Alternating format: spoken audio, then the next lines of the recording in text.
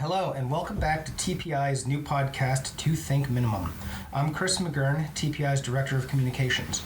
Each week on this podcast, we facilitate a conversation between TPI fellows and eventually special guests on some of the most pressing and important issues in tech policy and tech politics. This week's episode features a very important conversation on the Universal Service Fund and rural broadband. What that means is a matter of some debate as to who pays, what it does, and how we get broadband out to the most rural parts of our country. And it's a topic that's very timely because just recently, Marsha Blackburn of Tennessee has opposed dedicated funding for rural broadband, going against other rural representatives on thinking that there needs to be a dedicated federal funding service. Today's issue will focus on topics ranging from history of the Universal Fund to whose responsibility is it to pay and why we need broadband for all Americans anyway. Tonight we have with us Sarah O, a TPI Fellow, and Scott Wallsten, TPI Senior Fellow and President. And as it's a podcast, I should clarify that it's not just tonight, but you can listen today, tomorrow, in the morning, afternoon, or whenever you want. Yesterday, however you want to do it.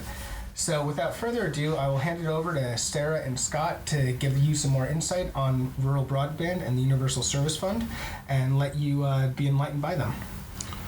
Great, thanks, Chris. I can start with a little bit of background on the Universal Service Fund and then maybe ask Scott some questions that were raised when we were discussing it. So the Universal Service Fund was started in the 1996 Communications Act. That was a bit over 20 years ago. And since then, over $20 billion have been spent in 4 programs, starting with a high-cost fund for rural broadband, now called Connect America Fund. There's a Lifeline program that funds mobile phones and to low-income Americans.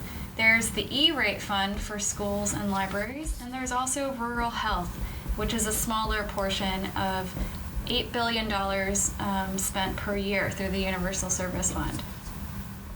So there have been reform efforts along the way in the last 20 years and even recently. In the news, there's also some talk of $500 million being distributed by Chairman Pai through the FCC to rural broadband, and we can talk a little bit more about where that extra money comes from. But first, I'll ask Scott some background. You've done a lot of work on the Universal Service Fund. What do you think are the most important issues related to that fund, and how should we think about it? Well, so first of all, we want to think about why we have a Universal Service Fund in the first place and what it's supposed to do and what it actually does do. And the idea behind universal service is that we believe that everybody should have access to some minimum level of services. And this is sort of a common goal around the world. Lots of countries have universal service programs. And there are generally 3 reasons people give, and really only 2 of which kind of hold up to inspection.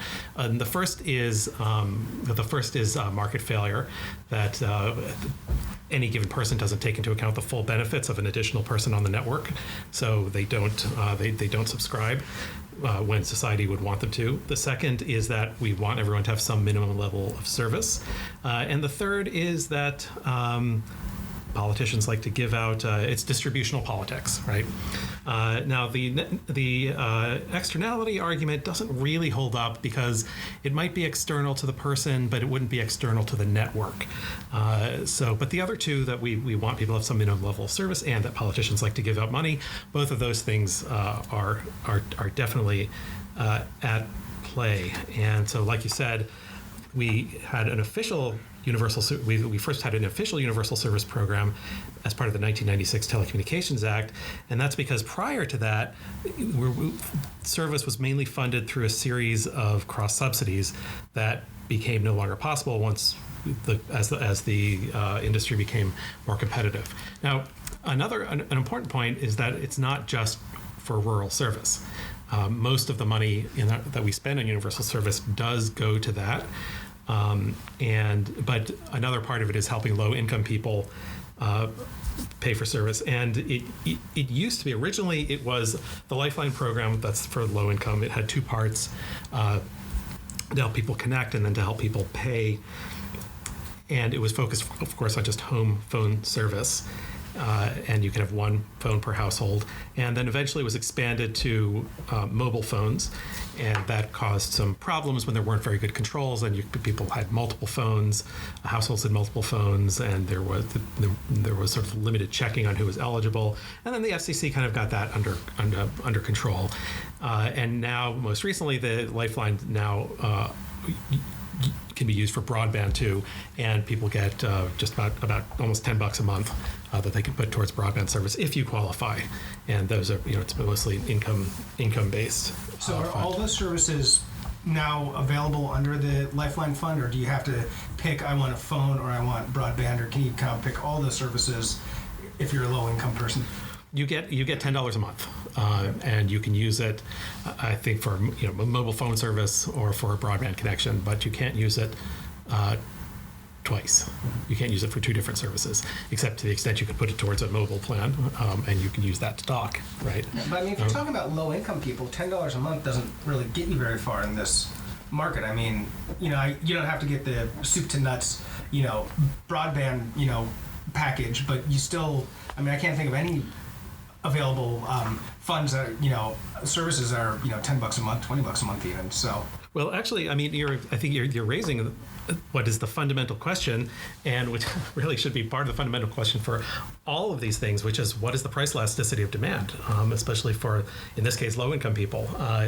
How much of an effect will $10 a month have, and what is the goal of Lifeline? Now, the goal of the Lifeline program is supposed to be to help low-income people get online. And so then there's a lot of argument about what that really means. And if it's specifically to get low-income people online, then that means that if you give a $10 subsidy to somebody who already has broadband, you haven't done anything. You haven't helped reach that goal.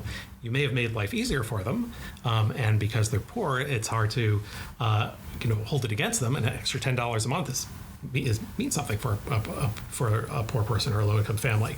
But Lifeline's not supposed to be a general welfare program. It's supposed to help people get online. So you want to find the people for whom that $10 a month means the difference between having a phone or broadband and not having it. And part of the problem with Lifeline is that we don't know the answer to that question. And the FCC itself has done a little bit of work on this. They did some experiments in 2013, 14 different experiments, pilot programs, to see how low-income people react. Low-income people who had never had broadband reacted to all different kinds of prices and promotions and subsidies on equipment and digital literacy programs. And they did this in connection with various providers, and a lot of these were really well done studies with control groups and so on. And what they found was that they really couldn't get anybody to sign up. They got each program got about 10% of the subscriptions that they thought they would. Even for a few dollars a month, they could not get people to sign up. And because of that, those programs were kind of buried. The reforms that made the Lifeline program ignore it. You can't find any reference to these pilots in the Lifeline order. But in fact, we did learn a lot from that. We learned that we don't know how to get this last group of people online. And if society's goal really is to get them online, we will take that to heart. And rather than just spend money because it makes us feel good to give poor people $10 a month, we will do more experiments and more study to figure out what makes a difference. Do we know what the population is, this remaining population that's not online? Do we have any idea of how many millions or how many families or? So the digital divide studies, there is a large literature. I don't know how conclusive it is because everyone's trying to figure out this last long tail of people. There's a lot of variation in the last 10% of people who aren't connected. They're very different.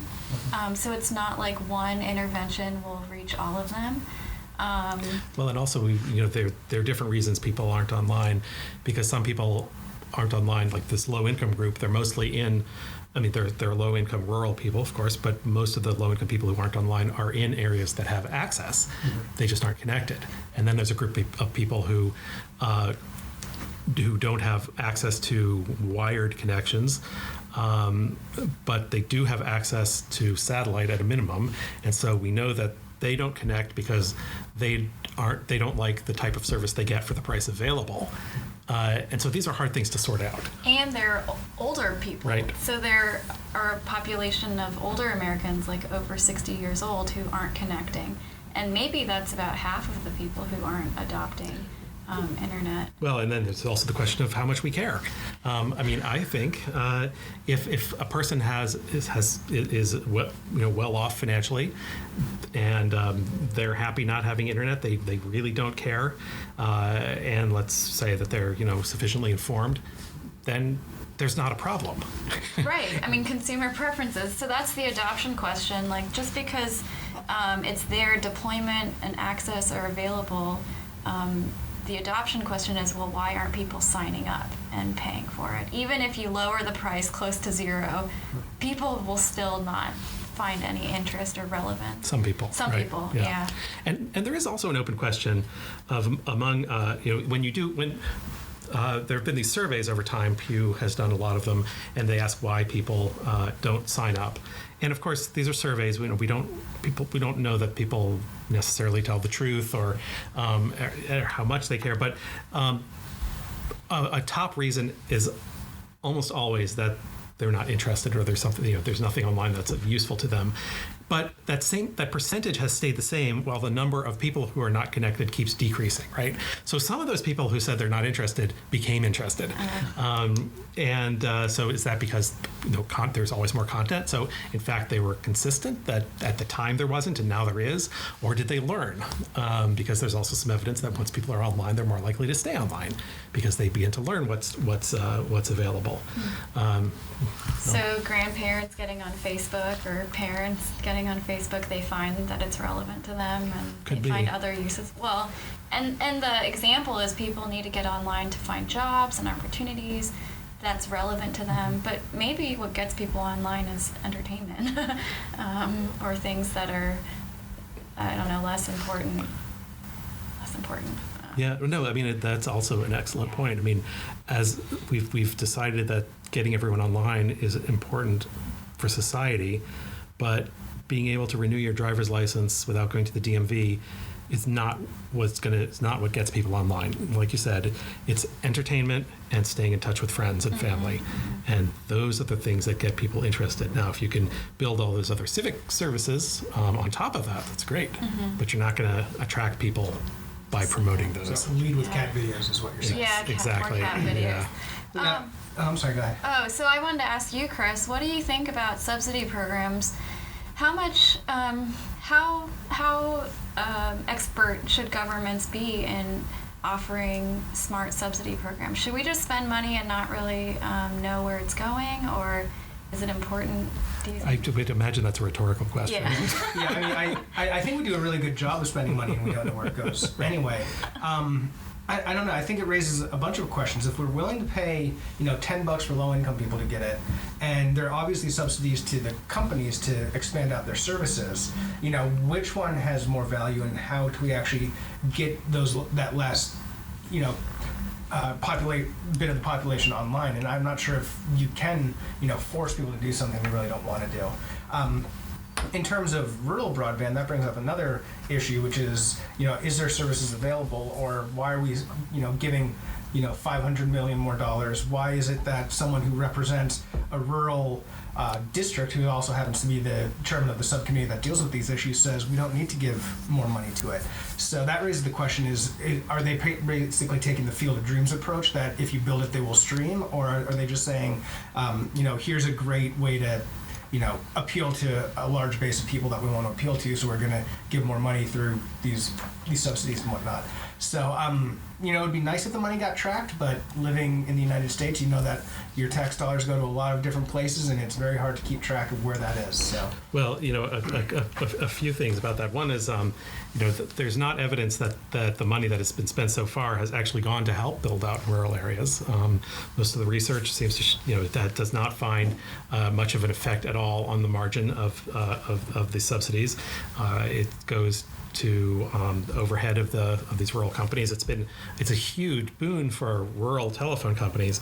Unclear how much of the benefit has actually accrued to rural rural citizens, although service in rural areas is not as bad as we're led to believe. According to the National Broadband Map, 96% of rural America has decent speed broadband. That still leaves, 5% is still a large number of people. But just to cut in, that is more than had telephone usage from our conversation earlier. So if we're at 96% broadband and we only got to 95% telephone and we did the same thing, we're already doing better. Right? Well, but that's, it's adoption versus availability. And so this 96, 95% was now broadband. That's about availability and excluding satellite. Adoption is going to be much lower. I mean, adoption across the country for home wired broadband is around 75, 78%, I think. And it's going to be, once you factor in the still lower, not hugely lower, but lower availability in rural areas, it's lower there than it is in urban areas. And of course, it's not our regular tax dollars going to it, because we pay for this by taxing the services themselves. It's funded by, so the way this tax rate is determined is every quarter companies more or less say how much they will need, and the Universal Service Administrative Corporation aggregates that, say this is how much money we'll need. They sum up what the total amount of money, the base that they can tax of revenues, and then determine what that rate needs to be to get the amount of money they need. So it's not like there's a budget and they try to minimize the budget or something like that. They sort of just determine what they need and then figure out how high the tax is. So it changes every quarter, although the general trend has been up. And so it's 19% of this base that's derived from long distance international calls and mobile phone service. I think most people are still amazed to realize that there is something called long distance service now. I'll write a blog post at some point with the numbers, but telecom industry revenues are going down each year just a little bit. So the contribution factor has to keep going up. Right, the contribution factor being the tax rate. The tax rate, right. So that's why it's around 19%, but earlier, years ago, it was around 8%. And so it keeps inching upwards because the total amount of the Universal Service Fund is fixed, like Scott said, around $8 billion a year. So what sort of oversight goes into this process where they say, oh, we'll need this much money this year, and then we're going to tax at this rate? Is there any? Not really, because it's not fixed. In theory, there's a budget for the Connect America Fund, which is what's a high cost program, and that's $4.5 billion. But in fact, that's not a budget. That's not a cap. That's a floor. They can't collect less than that. They can distribute less than that, and so they collect that much and distribute less and build up these slush funds. But there's no line. It can go. There really isn't a limit to how high it can go, except for how much people are willing to be taxed before they protest. But there's when there's talk of putting a budget on parts of it, people who either believe in the program or benefit from the program, and when I say people who benefit from the program, I mean companies that benefit from the programs, object vociferously. Yeah, from my own work on E-Rate, the E-Rate program, which spends about half of the money, $4 billion a year, every school district administrator has a consultant who helps them file forms with the FCC to get E-Rate funding. So there's actually quite an ecosystem of people who are benefiting from this program. Maybe it's job creation, I don't know, but there are like thousands of forms that are filed to get money every year. And even on the school district side, there's this algorithm for how to determine income requirements for schools. But in one of my papers, I find that, because the rules depend on the income levels of students, certain school districts have been getting a lot of the Universal Service Fund every year. So it accumulates. Like New York School District, Department of Education has reaped like over $1 billion of this fund, and LA Unified School District too, like over $1 billion. So they're swimming in this fund because the rules help them because they're written to benefit low-income students. But at the same time, you wonder about saturation rates, like how much money can you keep pouring into building broadband to schools? Shouldn't these school districts have shouldn't they be very wired by now? Yeah, and they're very creative with this too. I mean, there has been some outright fraud. For example, a few years ago, somebody noted a yeshiva in New York that was taking funds every year despite not having any computers or using the internet at all. But that sort of outright fraud is not the big issue. That's less common. But another example is school districts will figure out every way possible to spend this money, and the Montgomery County schools, for example, use it to buy these Prometheus boards. These are kind of whiteboards that you draw on, and then it shows up on the screen, and you can poke it and do all kinds of fun things with it. The Prometheus company presumably makes a fortune on this. And when I've pointed this out before, I've had people react by saying, no, that's illegal. You're not allowed to do that with the E-rate money. And that may be true, but the school district did spend money on it. And there's even a public memo, describing their discussion of whether or not this was a legal use of those funds. They concluded it was, obviously. Sarah, since you've written some papers on this, could you just give us a little background on what the E-rate program is and what it was intended to do, how it's actually working, aside from the chicanery that Scott told us about? Yeah, sure. Well, each of these programs have a lot of rules attached. So even in the E-rate fund, there are different categories of funding. There's Priority 1 and Priority 2 funding. Half the money goes to paying telephone bills. So schools buy telephone service, and this money helps subsidize just telephone bill service.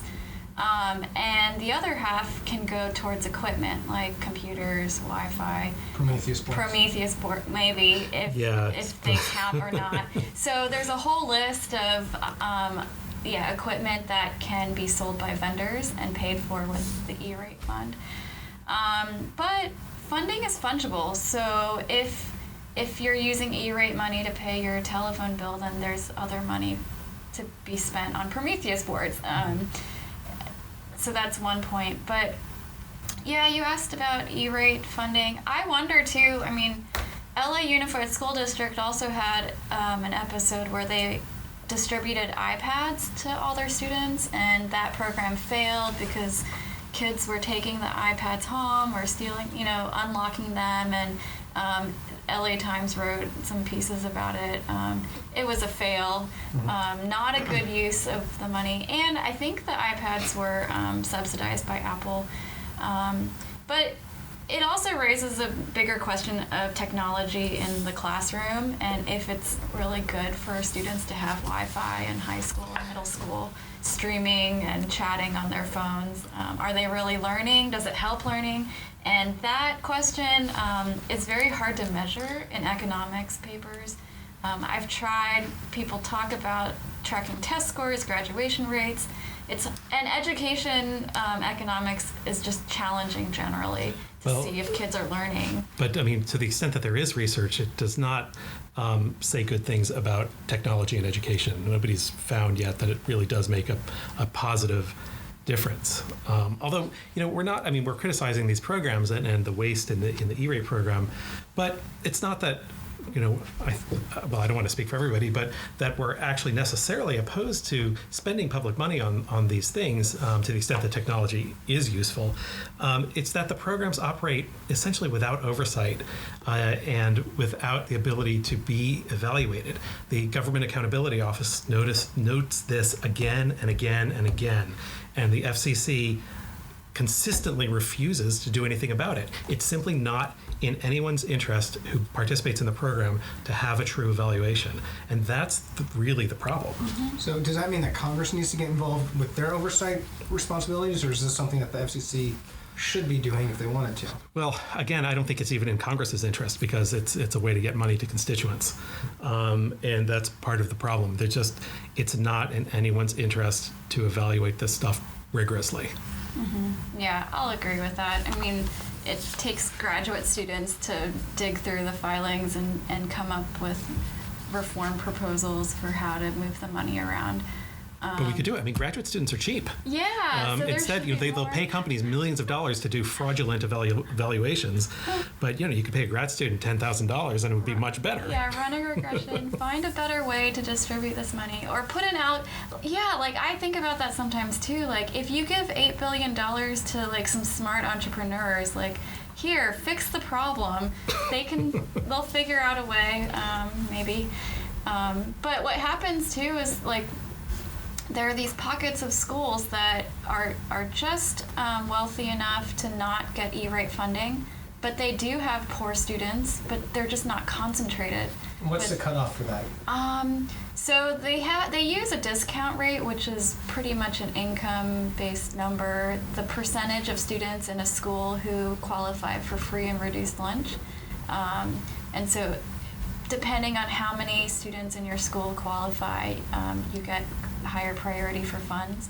So a lot of schools in New York have 70% free and reduced lunch students, and so they get a lot more money. And so you can actually criticize, I guess, that criteria. Like, well, should we really be looking at concentrations of low-income students, or how about low-income students who are dispersed in rural areas? Although, I mean, to be fair, that's a problem that any program that focuses on, that's income-based is going to have. You've got to decide a cutoff somewhere. Mm-hmm. I don't know how much they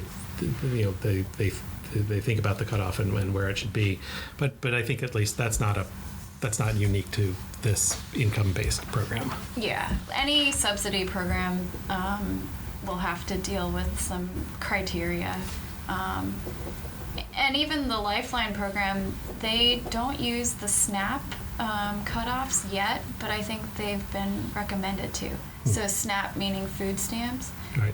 But Lifeline, they depend on the states at a state level to determine a list of verified low-income people, and which is an area of compliance. Like a lot of states don't keep close watch on who is on that list, and that's why you see companies like repeating names on their lists or sending like a lot of phones to one person, because the monitoring isn't very good. So how about we talk a little bit more about, I don't know, what would your ideal... Well, let's talk about, not to interrupt, sorry, Okay. but ways how, if we're going to, let's set aside Lifeline in schools for the moment, and the ways in which one should give away subsidies if you think that there are places that should be subsidized. Now, let's again set aside the reasons why society would have a universal service program and think about why a company wouldn't invest in a particular area, and those are the areas we focus on, and that's because they don't expect it to be profitable enough, right? And so that's where the areas are that in theory you might want some subsidies if you believe for any reason that you want everyone to have this service. Right. Well, we talked about this a few months ago, but we dug through the high cost fund a little bit to see where the money was going. And a lot of areas are kind of like Minnesota's 10,000 lakes. So those are areas where it's hard to build a line out to every home because of the topography of the land. But there's no explicit cutoff in the USF of like vacation homes versus like residences. I think there could probably be more of a strict criteria, like places where people are actually living, or yeah, you're talking about a sort of it's a difficult normative problem though, where it's not just an economic question of where it may or may not be profitable, but who we think deserves it too. Is that where you're going with this? Yes, right. So, and also we talked about it last week, like Lake Tahoe or Jackson Hole, Wyoming, like just because an area is rural and maybe has a pocket of high wealth, does it mean we should be subsidizing lines out to those areas, or maybe the neighborhoods around those areas because they're rural? Well, I think arguably we should be, if we're going to subsidize, and it's we want to at least something that's more objective is when you're not taking into account these sort of equity issues, which you arguably should, how to distribute them so you get the most bang for the buck. And that's not the way it's done now. The way it's done now is you ask for money, you get money, more or less. I'm being facetious, but instead it should be treated as a procurement process, and you can give these out by reverse auctions. Economists had been arguing to use reverse auctions, and which define those as second, for a long time. Rural interests fought very hard against them because they don't want to have to compete against each other for funds.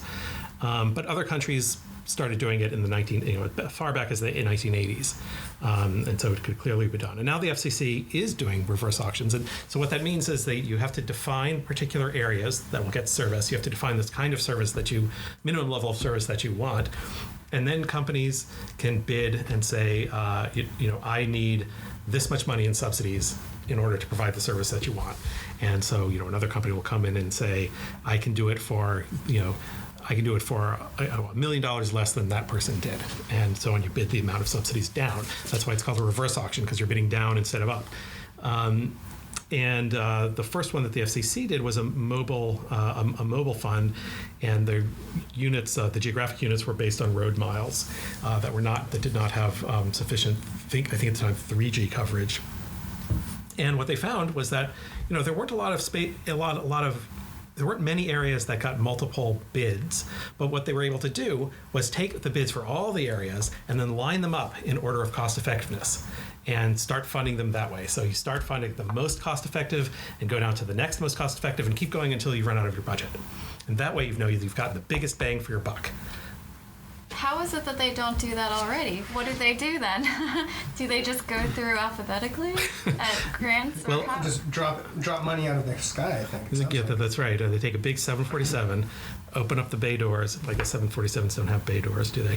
No, it's a lot of it's just legacy. Once you're in the program, you get money forever. And this is a lot of it was based on cost models. The companies would say, this is how much it costs to provide service. This is how much we can charge. This is how much money we need. But cost models are flawed. They can be gamed. And the FCC has moved, advanced beyond that for some of the payments to price cap models and so on.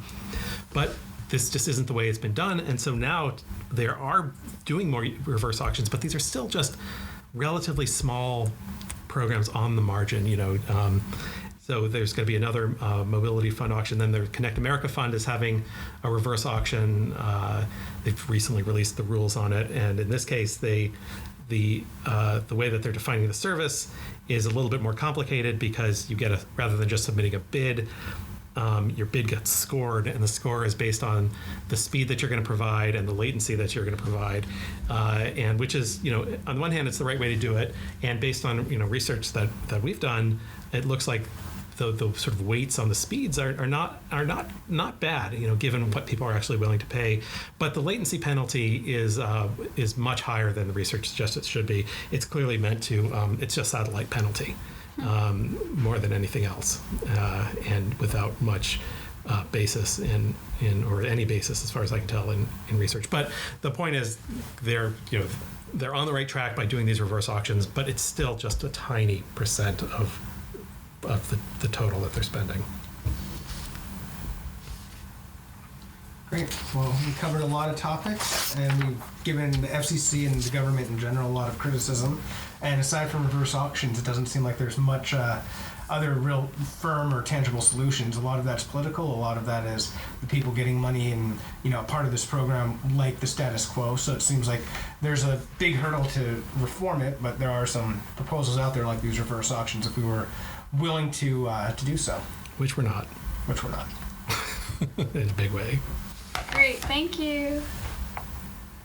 6%, because some people just wouldn't. Okay. They're just crazy. So why were we okay with telephone use being at 95%, but we feel like everyone needs to have broadband at 100%? Because we're crazy. Good question, right? That is a good question. Are we recording, or do I have to remember to ask that again? No, we're recording, but I should probably have a better answer than what I just said.